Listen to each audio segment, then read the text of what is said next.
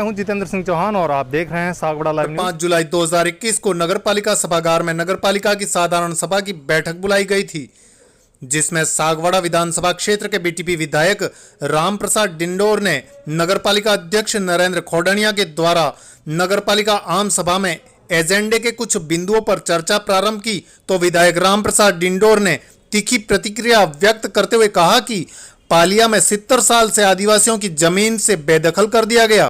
उसके बाद में पालिया में देखो, वहां भी 70 साल से आदिवासी की जमीन थी, उसको बेदखल किया गया। इस तरह से आदिवासियों की जमीन को हड़प कर नगर के विकास की बात करते हैं तो यह बात अच्छी नहीं है। उन्होंने कहा कि हम भी चाहते हैं कि सागवाड़ा नगर का विकास हो, लेकिन इस तरह से जमीन आदिवासी को हड़प करके आप यदि विकास जिस तरह से आप बोल रहे हो, ये विकास अच्छा नहीं है। हम भी चाहते हैं सागवाड़ा का विकास, लेकिन आप क्या कर रहे हैं वह हमारी भी जानकारी में होना चाहिए। आप हमारे बिना नॉलेज से, बिना जानकारी के सारे एक तरफा डिसीजन लोगे, ये बात नहीं है ना। उन्होंने कहा कि ऐसा गरीब आदिवासी जो वंचित है उन सब के लिए आप सब जिम्मेदार हो। ऐसा वंचित और गरीब आदमी है, उसके लिए आप सब जिम्मेदार हैं।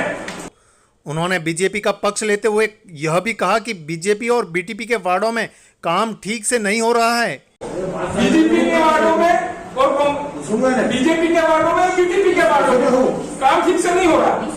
इस बीच उपखंड अधिकारी राजीव द्विवेदी उनकी सारी बातों को मौन रहकर ध्यान से सुनते रहे।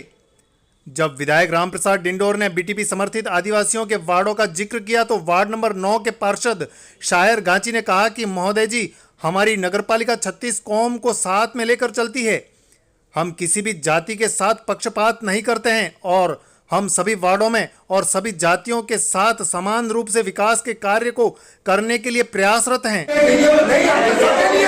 तो 36 कौम के लिए, हम तो 36 कौम के लिए, हम एक कौम के लिए नहीं है, हम तो 36 कौम के साथ में चलने वाले हैं। 26 कौम के लिए 36 कौम। पार्षद ने कहा कि आप जो एजेंडा है उस पर चर्चा कीजिए। आप बात को कहां से कहां तक ले जा रहे हैं? जो एजेंडा है उसमें बोलिए। आप तो कहां से कहां बात लेकर पहुंचा रहे हैं। इस बीच पार्षद ने कहा कि आपने आदिवासी क्षेत्रों में 5 साल के दौरान क्या विकास के कार्य किए हैं।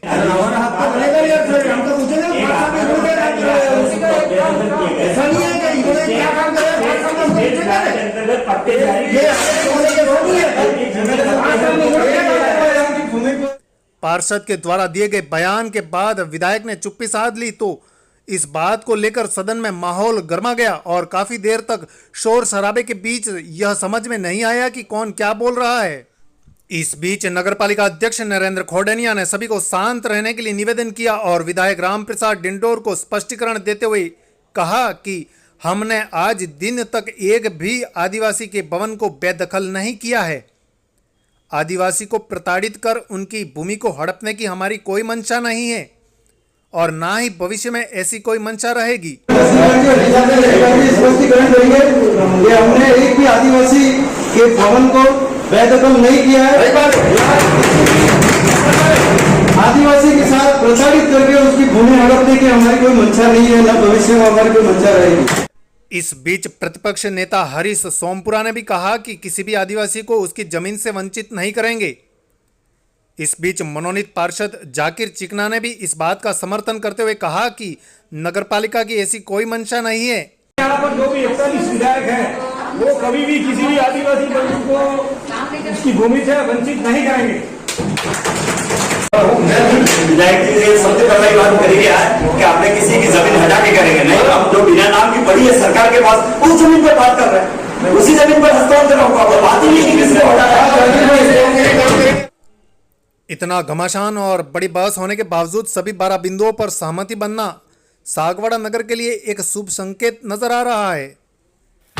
सागवाड़ा लाइव न्यूज, जी हां, लेटेस्ट खबर पाने के लिए चैनल को सब्सक्राइब कीजिए, वीडियो को लाइक कीजिए और शेयर कीजिए।